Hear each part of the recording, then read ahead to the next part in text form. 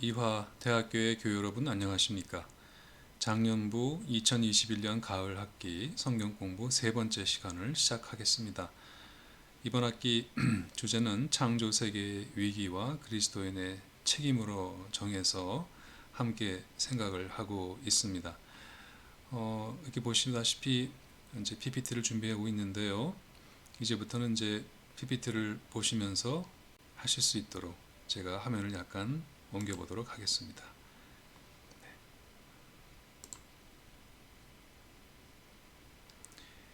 우리 창조주를 맞이해서 특히 이 창조 세계의 위기 문제를 생각해 보고 있습니다.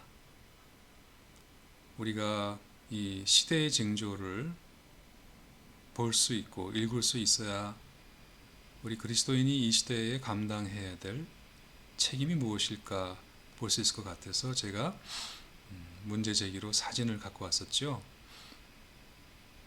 생명이 죽어가는 그 오늘의 시대의 징조들, 굶주림, 정의가 없는 오늘 우리 시대의 아픈 모습, 그리고 평화가 깨진 우리들의 삶, 이 세 가지 문제를 가지고 하고 있고, 먼저 우리가 생명에 대해서 특히 창조적 기간 동안에 집중해서 보고 있습니다. 늘 이 공부를 그 앞에 했던 그 공부의 끝에 기도를 가지고 시작합니다. 다시 기도하시죠. 하나님, 우리가 변화되도록 도우소서. 우리 자신을 변화시키고 우리의 세계를 변화시키소서. 변화가 필요함을 알게 하소서. 변화의 고통을 함께하게 하소서. 변화의 기쁨을 느끼게 하소서. 도착지를 생각하지 않고서도 여정을 시작하게 하소서. 예수님 이름으로 기도드립니다. 아멘. 산티아고 순례길입니다. 우리 저기 끝까지 도착지를 생각하지 않고 하나님께서 이끄시는 대로 이 길을 한번 걸어가야 되겠습니다. 드디어 우리 이제 기후변화, 기후위기, 기후붕괴, 오늘 그 얘기를 조금 같이 나눠보고 싶습니다만은 너무 아시는 문제라 이 문제를 뭐 길게 설명하지는 않겠습니다. 온실 효과라고 하죠. 자, 태양광선이 우리 지구에 도착하면 저렇게 화살표가 튕겨 나가듯이 지표면에 흡수되기도 하고 덮여주기도 하지만은 또 일부 태양광선은 이제 또 반사돼 나가기도 하지만 이 특히 적외선의 일부는 대기를 통해서 방출돼야 되죠. 네, 그런데 우리가 이제 이 공기 중에는 그 이산화탄소, 온실가스들이 이렇게 있어서 그것이 눈에 보이지는 않지만 그 알갱이들이 많아지면 이 태양에서 왔던 따뜻한 열이 다시 우주로 나갈 것은 나가야 되는데 겨울에 비닐하우스를 쳐놓으면 그 온기가 사라지지 않는 것처럼 마치 지구에 비닐하우스를 씌워놓은 것처럼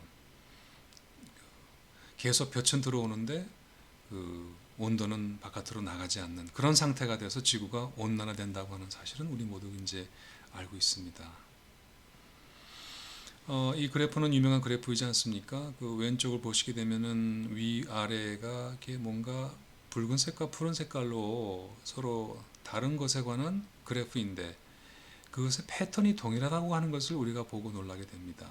먼저 위에 붉은색 그래프는 그 이산화탄소 CO2 농도가 이제 그 ppm이고요.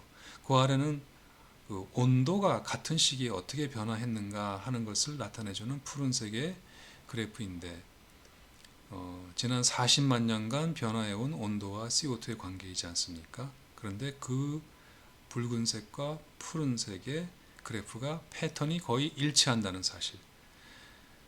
그러니까 대기 중에 이산화탄소 농도가 높으면 온도가 올라가고 대기 중에 이산화탄소 농도가 낮으면 온도가 내려간다는.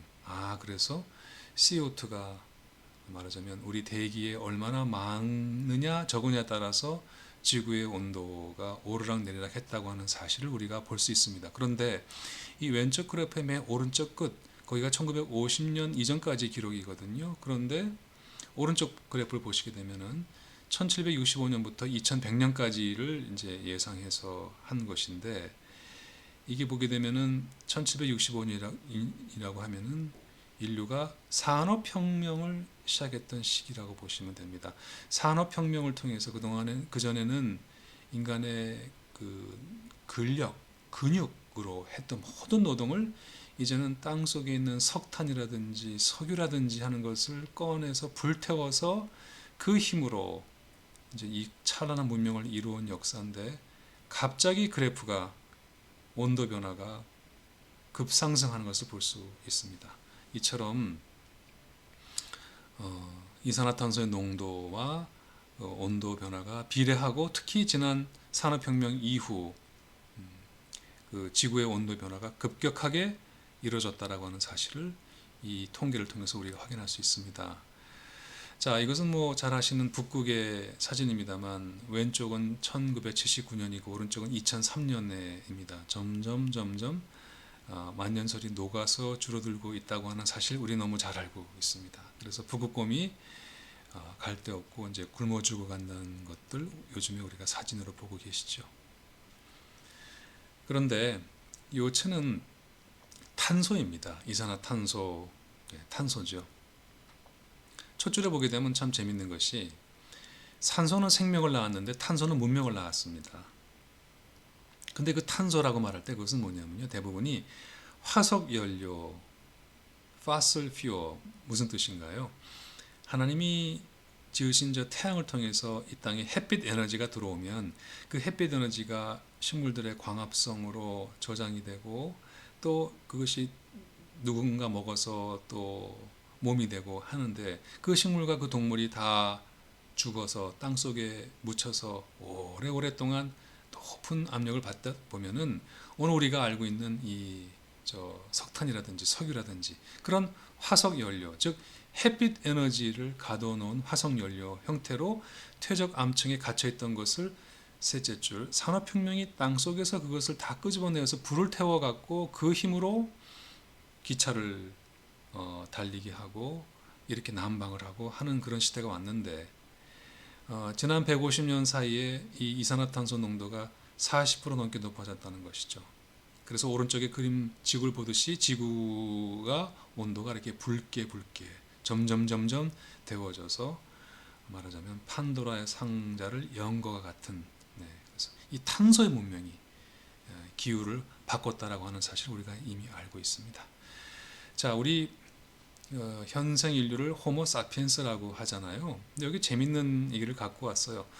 우리 인간이 참 다양한 존재인데, 그것을 이렇게 호모라는 이름으로 이렇게 불러봤더니, 호모 파베르, 도구를 만드는 인간, 호모 이코노미쿠스, 경제 인간, 호모 루덴스, 이 책 제목도 이런 책도 있었죠. 놀이 인간, 호모 에로스, 에로스 뭔지 아시죠? 사랑의 달인 인간, 호모 부커스, 책 읽는 인간이죠.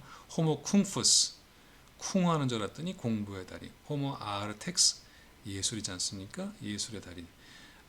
또 어떤 학자는 호모 코레아니쿠스를 한국인이라고 불러, 누구는 또 호모 에티쿠스는 윤리적인 인간, 또는 호모 로보타쿠스, 감정 없이 노동만 하는 인간.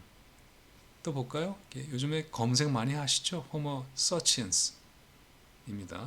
혹시 디자인 하시는 직업 가지고 계신가요? 호모 데지그난스. 혹시 말을 참 잘하고 글을 잘 쓰는 사람, 호모 로퀸스. 퀘스천 하는 사람, 호모 쿼렌스. 유목하는 인간, 이런 개념 요즘 철학에서 많이 얘기하죠. 호모 노마드고요. 그 다음에 조르지오 아감벤이라는 학자는 그 벌거벗은 인간을 호모 사케르라 그랬고, 존 그레이는 하찮은 인간을 호모 라피엔스라 그랬고, 작가 이문열은 처형하는 인간을 호모 엑세쿠탄스라 그랬고, 누군가 영적 인간을 호모 스피리투스, 그 다음에 유발 하라리는 신이 된 인간을 호모 데우스라고, 이런 다양한 이름이 있지만, 오늘 탄소 문명을 이끄는 인간의 가장 적절한 이름은 제가 그 다음 페이지 호모 오일리쿠스라고 불러야 되겠습니다. 2008년에 KBS가 이 제목으로 다큐멘터리를 만든 적이 있는데 참 그때도 감동적이었지만 지금 다시 봐도 놀랍습니다. 오른쪽에 제가 유발 하라리의 책 중에서 갖고 온 구절이 있어요. 여보세요. 저는 호모 사피엔스인데요. 화석 연료 중독자예요. 이 중독을 당장 끊지 않으면 호모 사피엔스도 북극곰과 함께 사라질 겁니다. 이런 얘기가 하라리의 책에 나옵니다. 무슨 말일까요? 우리는 그 생각을 못했지만은 우리가 기름을 먹고 기름을 입고 기름으로 집을 짓고 기름으로 난방하고 기름으로 차를 보내고 기름으로 비행기를 타고 현재 우리가 누리는 이 찬란한 문명이 오일에 기초한 문명이라는 것을 아마 아무도 부인하지 못할 겁니다. 이 KBS 2008년 이 다큐에서 그래서 재밌는 실험을 했어요. 그 푸른 초원 위에 큰 멋진 집이 있는데 거기서 이 기름으로 만든 걸 다 재했더니 세상에 집이 골조만 남고 인간도 거의 발가벗은 상태로 남더라고요. 그래서 우리는 석유를 먹고 입고 쓰며 살아가는 현대인. 우리 아이들이 무언가 중독되면 참 대책 없잖아요. 근데 우리는 기름에 중독된, 오일에 중독된, 석유에 중독된 인간. 그 화석 연료를 불태워서 여기까지 왔으나 그 대가로 지구를 이렇게 덮여놓은 것이 우리 인간이기 때문에 저는 우리 호모 사피엔스는 오늘날 우리가 호모 오일리쿠스라고 불러도 좋지 않을까라고 생각을 합니다. 자, 마크 라이너스라고 하는 학자가 지구의 평균 기온이 1도, 2도, 3도, 4도, 5도, 6도 올랐을 때 어떤 일이 벌어질지를 과학적으로 예상한 이 책이 많은 사람들한테 참 충격을 주었죠. 현재 산업혁명 이후 지구의 평균 온도를 저희가 약 0.8도에서 1도 이미 상승시켰다고 봅니다. 그랬더니 1도 상승 보시죠. 북극 얼음 사라지고 있고 주요 곡물지대가 가뭄으로 국제 곡물 시장에 타격을 받고 있죠. 기후변화가 무서운 것은 앞으로 이 곡물 생산에 큰 문제가 발생할 것이기 때문에 참 무섭습니다. 그랬는데 이제 2도가 그동안의 마지노선으로 생각했습니다. 그러면 이제 더 이상 인간이 그때 가서 기후위기를 막아보려고 회심하고 삶을 바꿔도 늦으리 이런 말이었습니다. 근데 이것도 좀 이따 말씀드리겠습니다. 바뀌었습니다. 자, 그런데 이제 3도가 상승하면 그때부터는 왜 이제 통제받게 되냐면은 식물들이 4도는 바다가 5도는 이제 그 이후부터는 상승하기 싫은데요. 이 3도 얘기가 참 재밌습니다. 식물들이 광합성을 하지 않습니까? 광합성이 무엇인가요? 우리에게 참 좋은 산소를 내어주고 이산화탄소를 식물이 이제 먹어주는 거죠. 그런데 지구의 온도가 올라가면 식물도 뜨거워서 힘들어서 세상에 역광합성을 한다고 합니다. 역광합성이 뭔가요?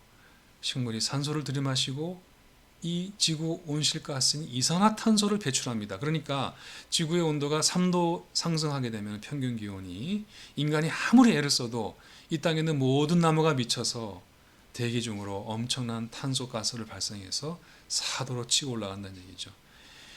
그게 무슨 공상 소설이냐 하실지 모르지만 이미 이 일이 벌어지고 있습니다. 2003년에 유럽의 폭염 때 그때 7만 명의 추가 사망자가 나왔어요. 대부분 나이 많은 어르신들이었습니다. 유럽 가보시면 압니다. 그 선진국에서 왜 죽지? 유럽의 오래된 집들 가보시죠. 에어컨 달기도 어렵고요. 정말 두께가 1m가 넘는 돌로 지은 집들입니다. 자, 그 돌로 지은 집에 섭씨 40도, 45도가 되는 햇빛을 한 달 동안 쬐어 보이시죠? 네, 찜질방 효과죠. 거기에 계신 어르신들이 돌아가셔서 그때 그해 유럽이 7만 명의 추가 사상자가 나왔습니다. 그때 유럽의 나무들이 역광합성을 했습니다. 유럽 얘기만이냐고요? 아닙니다. 여러분 우리 애국가 몇 절인가요? 남산 위에 저서나무 철갑을 두른 듯? 아닙니다. 지금 매년 여름 뜨거울 때마다 남산 위에 저서나무들이 너무너무 못 견뎌서 역광합성을 하고 있는 거 이미 아십니까? 나무들이 이미 여름이 되면은 힘들어합니다. 4도가 되면 바다 안에 우리 눈에는 안 보이지만 많은 작은 플랑크톤 같은 생물들이 바닷물의 온도가 높아지게 되면 그 세포막이 다 탄소로 되어 있던데 다 녹아서 바다에서 엄청난 탄소가 대기 중으로 배출되면 5도, 6도 상승해서 지구 최후의 날이 온다라고 하는. 그래서 이때만 해도 이 책이 나올 때만 해도 우리가 이미 이 거대한 지구의 평균 기온을 1도나 올려놨는데 1도 더 올리면 안 된다 였습니다. 그것이 우리에게 임계점이었고 마지노선이었습니다. 그런데 이 파리 협정에도 우리가 이행을 해도 이제 이게 지구의 온도가 4도에서 5도까지 상승할 수 있다는 그런 비관적인 전망이 나왔습니다. 저기 보면 온도계 보이시죠? 네, 0.8도 올렸는데 2도까지가 또 그 밑에 에펠탑 보이시죠? 파리에서 모여서 기후협약을 맺었을 때 그 그림인데 2도까지다. 더 이상 올리면 안 된다. 라고 했던 그 파리 협정을 우리가 이행해도 지구 온도가 4도에서 5도 상승해서 파국을 맞이한다는 얘기가 나왔습니다. 그래서 이때 파리에서 사람들 저렇게 손에 손을 잡고 에펠탑을 만들면서 상징을 만들고 사진을 찍었는데 저 밑에 영어로 보시죠. 100% renewable. 뭐죠? 재생할 수 있는, renew할 수 있는 에너지를 사용해야 된다는 거죠. 지금처럼 대기 중으로 탄소를 배출하는 그런 화석 연료가 아니라 재생 불가능한 쓰레기를 만드는 에너지가 아니라 지금까지 우리가 기름에 중독돼서 근 300년간 이 호화스러운 사치를 누렸다면 이제는 우리가 햇빛과 바람과 또 파도와 지열과 같은 쓰레기가 발생하지 않고 탄소가 발생하지 않는 그런 하나님이 주시는 자연의 에너지로 100% 돌아가야 우리에게 살 길이 열린다. 이것이 파리 협정 때 일이었습니다. 너무너무 절실했었습니다. 그런데 이것도 바뀌었습니다. 바로 그 기후변화에 관한 정부 간 협의체를 IPCC 유엔 산하 기구인데 2018년 우리 딴 나라도 아니고 우리나라 송도에 모였을 때 아니다. 1.5도가 마지노선이라고 다시 내렸습니다. 이 1.5도를 기억해 주시기 바랍니다. 우리가 이미 0.8도에서 1도 올렸는데 이제 0.5도에서 0.7도 더 이상 올리면 우리 앞에 미래가 없다. 라고 하는 것이 전 세계 모든 정부와 모든 기업과 이제는 모든 시민단체가 이해하고 합의한 마지노선이라고 하는 사실을 우리 시대는 이제 기억하고 살아야 하겠습니다. 트럼프 대통령이 되시기 전에 지금 온 나라가 어디 있느냐, 나 얼어 죽을 것 같다라고 말씀하신 적이 있어요. 이때만 해도 사람들이 기후변화라고 하는 것이 그냥 지구가 자연스럽게 일어나는 그 변화를 가지고 호들갑을 듣고 가짜뉴스를 만든다고 했는데 이제는 거의 모든 과학자가 뭐 이거 안 봐도 되지만 우리가 그 레오나르도 디카프리오라고 하는 배우는 기후변화는 현실이다. 지금 이 순간도 일어나고 있다. 우리를 위협하는 가장 긴급한 사안이며 힘을 합쳐 그 방책을 마련해야 한다라고 호소했던 기억이 납니다. 오래 못 탔던 아카데미 나무주연상을 받고 나서 준비한 말이었죠. 자, 부끄럽게 우리 자신을 돌아보겠습니다. 우리는 막 지금 뭐 G2 국가 됐다는 중국, 또 미국, 인구가 그렇게 많은 인도, 또 러시아, 일본, 독일 이런 선진국들이 당연히 이 기후 위기에 가장 많이 기여했을 거라고 보는데 이게 약 6년 전의 통계지만은 한국이 몇 등입니까? 세계 7등입니다. 이거 별로 원치 않는 세계 10등 아닙니다. 동그라미 그래프 보시겠습니까? 전 세계의 이 당시만 해도 이산화탄소 배출량의 67.2%니까 약 3분의 2가 이 세상에서 가장 잘 사는 나라 상위 10개 나라가 배출한 겁니다. 자, 그래서 여기 기후위기 문제는 기후정의 문제가 자꾸 나올 수밖에 없습니다. 왜냐하면 저렇게 지금까지 엄청난 기후 온실가스를 쏟아낸 나라들은 경제개발을 이루어서 그 돈을 가지고 기후위기 속에 자신을 잘 방어하는데 이 기후위기 일으키는데 별로 기여하지도 않은 사람들은 가난해서 그 사람들은 지금 오히려 이 기후변화 속에 가장 큰 피해를 당하고 있으니 이것을 기후에서는 정의 문제가 발생한다 말하지 않을 수가 없게 되었습니다. 서산에 해가 지게 되면은 저렇게 달이 뜹니다. 왼쪽 위에. 근데 항상 보면은 저렇게 밑에 반짝반짝 예쁜 우린 별이라고 말하지만 같이 올라옵니다. 저게 뭔지 잘 아시죠? 예, 샛별입니다. 금성입니다. 비너스입니다. 수금주와 목토 천해 이렇게 나갔지 않습니까? 그러니까 수금 금성 두 번째. 우리 지구가 그 다음에 있죠. 우주 천문학자들에 의하면은 저 금성에 지구처럼 대기가 있었답니다. 그런데 저 금성을 확대한 사진이 오른쪽입니다. 놀랍지 않으신가요? 예, 저기가 지금 불지옥입니다. 저기는 섭씨 450도에서 500도의 황산비가 내리는 불지옥이 되었습니다. 금성이. 연유는 모르겠습니다.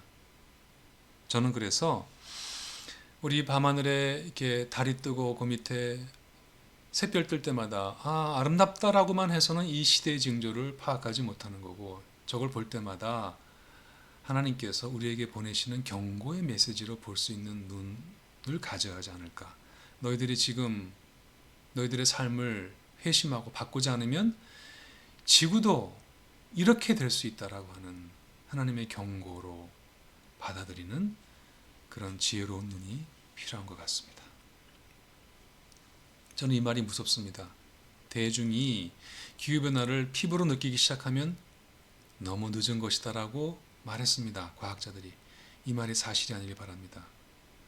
저는 이 문제를 가지고 오래전부터 사실은 연구하고 그를 이제 신학으로 또 강의로 표현할 때 이 문제 가지고 얘기하면 사람들이 저를 이상한 눈을 쳐다봤어요. 아니 뭐 신학 공부하는 사람이 무슨 저런 얘기를 하지? 근데 지금은요 어디 가서 기후위기의 기자만 얘기해도 다들 공감하는 눈으로 쳐다보고 계세요.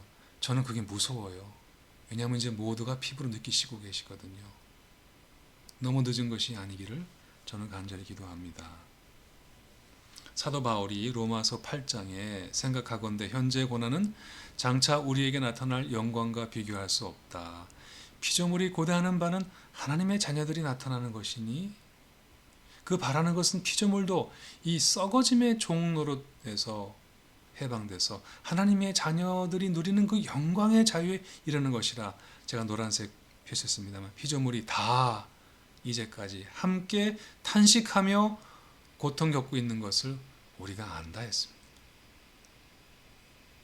바울은 단지 인간의 영혼만의 구령에만 관심을 가진 신학자가 아니었습니다. 그는 온 하나님의 피조물도 탄식하며 하나님의 자녀들이 누리는 그 영광의 구원에 온 피조물도 이르기를 바랐던 그 바울의 넓고 깊은 신학, 그의 로마에 보낸 교회에 보낸 편지가 오늘 다시 저희들의 마음을 울립니다. 기독교가 가톨릭도 있고 정교회도 있고 개신교회도 있는데 그중에 이 정교회, 소위 동방교회의 바르톨로메오스 세계 총대주교가 참 오늘 우리 위기의 본질, 우리가 기후위기, 생태위기라고 말들 많이 하는데 그 위기의 본질이 무엇인지 신학적으로 너무너무 정확히 짚어서 제가 읽어드립니다. 우리가 직면하고 있는 위기는 생태적인 것이 아닙니다.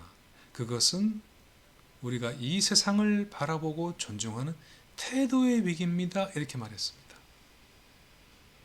누군가 말했죠. 제가 참 좋아하는 말 다시 말씀드립니다. 태도가 본질이다 그랬습니다. 태도는 껍질이 아닙니다. 태도는 그저 형식이 아닙니다.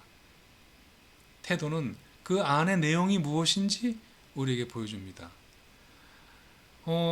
다산 정약용 선생의 얘기를 제가 또 드립니다마는 뜨거운 여름에도 의관정제하고 하루 15시간씩 바른 자세로 앉아 책을 읽고 앉아 있으니 그 유배 생활도 얼마나 힘든데 누가 본다고.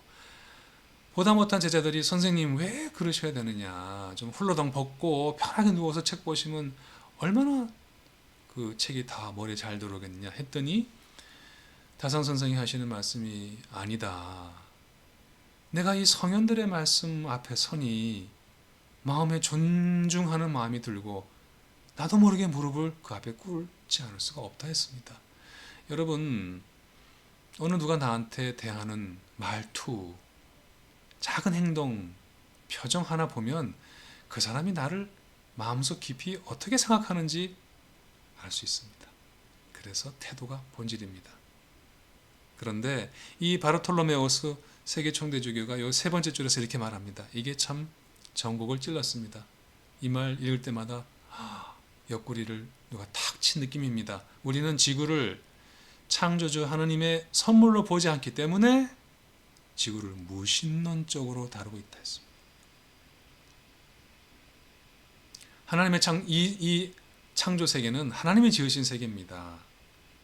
하나님이 우리에게 주신 선물입니다. 선물은 내가 만든 게 아닙니다. 누가 나를 사랑해서 그냥 주신 겁니다. 근데 그 선물을 귀히 여기지 않고 내 마음대로 그저 다 판에서 쓰고 먹고 마시고 중독되어 지금은 우리가 석유에 중독되어 있는지도 모르는 그런 중독자가 되어 삽니다. 이것이 하나님이 주신 귀한 값진 선물임을 인정하지 않기 때문이죠. 그래서 사실상 그렇게 사는 사람들은 지구가 망하든 말든 옆에 다른 생명이 죽든 말든 내 마음대로 살자고 하는 것은 엄밀한 의미에서 무신론자라고 하는 말입니다. 명목상 교회 다닐지 모르고 예배 드린다고 할지 모르지만 사실상은 무신론자와 가깝다는 얘기죠. 저는 이 말씀, 그래서 오늘의 기후위기, 생태위기의 본질은 신학적으로 무신론의 위기라고 하는 사실을 기억하는 것이 참 좋을 것 같습니다. 그래서 우리에게는 이 땅과 지구와 소위 우리가 말하는 자연과 소위 환경과 소위 생태계와 다시 말하면 하나님의 창조 세계와 다시 말하면 하나님의 다른 동료 피조물과 새로운 관계 맺는 것이 필요합니다. 어떤 관계를 맺느냐가 중요합니다. 내가 이 땅의 주인이고 이건 내 거고 내가 내 거 마음대로 하는데 누가 뭐라 그래? 그런 일방적인 자세. 내가 주인이고 저건 다 객체고 나는 주체고 저건 다 대상이고 그래서 누구의 말을 빌리면 I, thou, 나와 너의 인격적 관계가 아니라 I, it, 나와 그것 물질적인 대상화된 관계가 되어서 우리 지금까지 이렇게 오지 않았습니까? 한번 혹시 바깥에 창문 있으면 내다보시죠. 저기 지금 나무 보이십니까? 또는 방 안에 화분 있으십니까? 거기 나안이든 뭐든 살아있는 생명이 있나요? 하나님 지으신 다른 피조물이 있나요? 그것과 나는 무슨 관계지요? 종과 주인 관계입니까? 혹시 우리는 이 자연 위에 군림하는 왕 같은 존재고 저 존재는 다 신하고 내가 마음껏 베고 마음껏 먹고 파내도 되는 대상인가요? 아니면 나와 동등한 동료 피조물인가요? 우리 마음 깊은 곳에 하나님이 지으신 이 지구를, 저 생명들을 어떤 태도로, 어떤 관계로 바라보느냐, 그것이 문제라는 겁니다. 우리 이제 문제의 핵심에 들어왔습니다. 자, 그래서 오늘 공부는 이렇게 기후 위기가 무엇인지 다시 한번 봤고, 이제 우리가 그것을 바라보는 우리의 이런 사실상의 무신론, 우리 명목상의 그리스도인이지만 사실상의 무신론적인 그런 태도에서 나왔다면 이제 다음 시간부터는 우리가 그렇게 이 하나님의 동료 피조물과 창조 세계를 그렇게 대상과 물질로 보게 됐던 잘못된 성서이해가 무엇인지 이제부터 파고 들어가려고 합니다. 오늘은 그래서 제가 김홍원 신부님의 좋은 글을 가지고 소개하고 그 다음에 기도로 마치려고 합니다. 김홍원 신부님이 이게 우리가 이제 지금 이 하나님 주신 이 자연을 창조 세계를 다른 것을 누리고 있잖아요. 우리가 지금 누리고 있습니다. 하나님 선물로 주신 것을 누리고 있죠. 근데 그 누린다는 것이 뭘 뜻하는가? 뭐라고 말하냐면 그거는 하늘의 은혜를 훔치는 게 누리는 거다라고 말합니다. 그러면서 이렇게 말합니다. 소유의 삶이 아니라 존재의 삶을 살자. 이렇게 말합니다. 소유의 삶을 살면 이건 내 것이야, 내 것이야 하면 샹들리에가 걸려있는 천장만 보며 살지만 소유가 아니라 존재 지향의 삶을 살면 그 샹들리에가 걸려있는 천장이 아니라 별이 빛나는 하늘을 보며 살 수 있다. 참 깊이 있는 성찰입니다. 여러분, 우리가 지금 누리고 있는 많은 것들이 하나님이 거저 주신 것들인데 우리가 누린다라고 하는 거, 그것이 하나님의 은혜를 내가 사실은 공짜로, 아니 훔치고 있다라고 하는 이 성찰, 저는 이 성찰을 우리가 깊이 가져야 한다고 생각합니다. 그래야 오늘 우리가 우리 모두를 이 위기에 빨아놓고 우리를 중독에 빠져 있으면서 중독인지도 모르게 만드는, 마약 중독만이 아니고 컴퓨터 게임만의 중독이 아니라 석유와 화석 연료에 중독된 우리 자신을 돌아보고 그래서 새로운 삶을 시작할 수 있는 그런 영적인 각성은 바로 이런 깨달음에서 나온다고 생각합니다. 자, 오늘의 마무리 기도입니다. 꽃밭 보이시죠? 네, 보이시는데 이 꽃들이 왜 아름다운가요? 네,